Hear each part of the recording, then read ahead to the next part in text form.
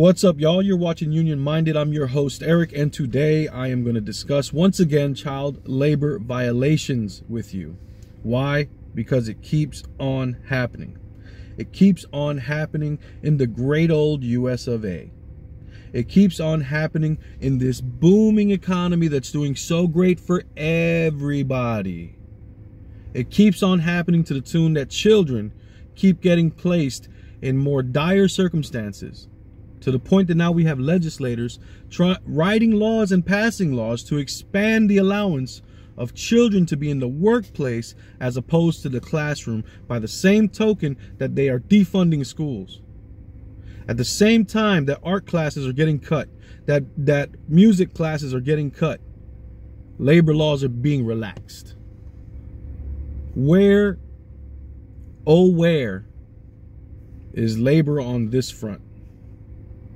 Where, oh where are we in the public space screaming, raging about these violations? Where, oh where are we? You're gonna get pissed off if you care even this much. You're gonna get pissed off, I guarantee it. According to an article written by Michelle Watson, posted on CNN Wednesday, May 3rd at 11:23 a.m. 10-year-old children were found working at a Louisville McDonald's until 2 a.m. That's the headline.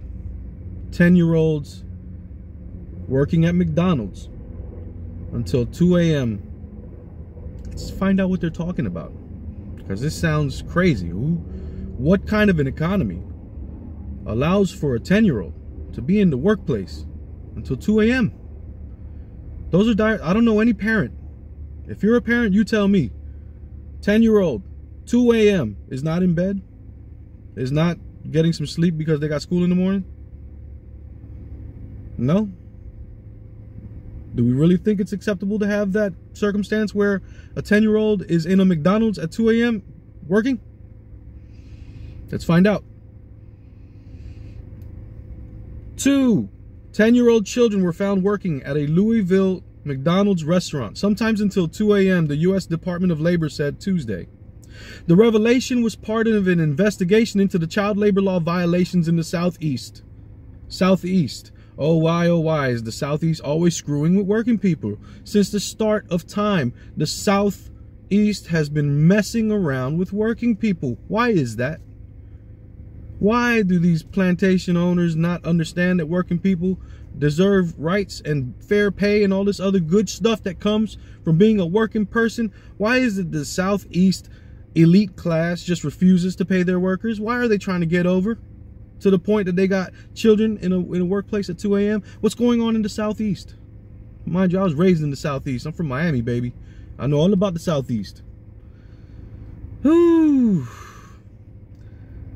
The agency also found 3 franchisees that own more than 60 McDonald's locations in Kentucky, Indiana, Maryland. Maryland? Oh, Maryland? Oh, that's not so far south and east. And Ohio. Employed 305 children to work more than the legally permitted hours and perform tasks prohibited by law for young workers, the Labor Department said in a statement. Investigators from the department's Wage and Hour Division found 2 10-year-old workers at a Louisville McDonald's restaurant among many violations of federal labor laws committed by 3 Kentucky McDonald's franchise operators, the release said. Investigators also determined 2 10-year-old children were employed but not paid, and sometimes worked as late as 2 a.m. Employed but not paid. That sounds so sketchy. Tiffany Boyd, Senior Vice President and Chief People Officer at McDonald's USA, told CNN. These reports are unacceptable, deeply troubling, and run afoul of the high expectations we have for the entire McDonald's brand. We are committed to ensuring our franchisees have the resources they need to foster safe workplaces for all employees and maintain compliance with all labor laws. Tiffany, stop it. Stop it. I know it's your job. I know it's your job to come out here and say this stuff, but let's be honest. If you were serious, McDonald's as a brand wouldn't pay wages so low that people need to have their children at work at 2 in the morning. Or at the minimum, they would offer enough of a wage that people would want to work at McDonald's so that they wouldn't have to have empty shifts. So let's stop. Franchisee Bauer Foods LLC confirmed to CNN that the two 10-year-olds allegedly employed were children of a night manager who were visiting their parent at work and were not approved by franchisee organization management to be in that part of the restaurant. So here you have the franchisee, the owners, throwing it to the nighttime management. So management, remember, when something goes afoul, they will put it on your shoulders. They will slam you with it. Let's hypothetically say that this is true, and it was a parent who had to bring their two 10-year-olds to work at 2 in the morning. Just had to bring their kids to work. Let's say that that's true. Well, franchise owner, who approved the schedule? Why do you have a parent who has informed you they don't have childcare for that shift? Why are you forcing them to come in? Why are you putting them into a bad situation where they got to make a tough decision about whether they're going to be able to pay their rent or not? Why couldn't you shift the schedule around? Hire another manager?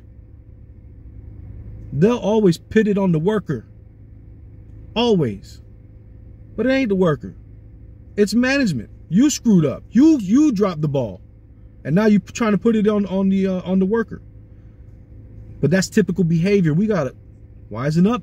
We got to wisen up, folks. We got to wisen up. Two of the other franchisees, Archways Richwood and Bell Restaurant Group, did not immediately respond to a request for comment. The three franchisees face a combined $212,754 in civil money penalties for the child labor violations, the release said. Too often, employers fail to follow the child labor laws that protect young workers, said Karen Garnett Civils, the agency's wage and hour division director for the district, in a statement. Under no circumstances should there ever be a 10-year-old child working in a fast food kitchen around hot grills, ovens, and deep fryers. That's true. That's true. That's true. But again, I say to you, what kind of economy do we have when people are so desperate they need to bring 2-year-olds to work? What kind of economy do we have? What are we doing? And more importantly, who's fighting against this stuff openly in the public space? Who's putting the pressure openly in the public space? Who's making it known openly in the public space? Because if there is that pushback and that fight back and that rah-rah, it's not loud enough. It's not reverberating loudly enough. We need more. We expect more. We want more. We need more from elected leaders, both political leaders in the government, but more importantly, labor leaders. We need you. Where are you guys? All of this is happening right now today. You thought child labor was something we defeated 150 years ago? It's not. It's happening today. Where the f are you? Why is it not out there for everybody to know? I bet you go up to folks and you ask them these questions. Nobody knows that there's 10-year-old kids working and they think that thing was something from 100 years ago. Where the heck are you, man? Seriously. Brothers and sisters. It has to come from the rank and file. All of it is going to have to come from the rank and file. I've come to this realization that there's nobody that you look up to that's going to help. Nobody. It has to come from the rank and file. Politicians ain't going to help. Labor leaders ain't going to help. It has to come from you and me. That's the sad realization that I'm coming to. And it's so upsetting. But at the same time, it's encouraging because I see the young people and they fight, man. They fight. So for us in Gen X, man, we need to get into the fight. Peace.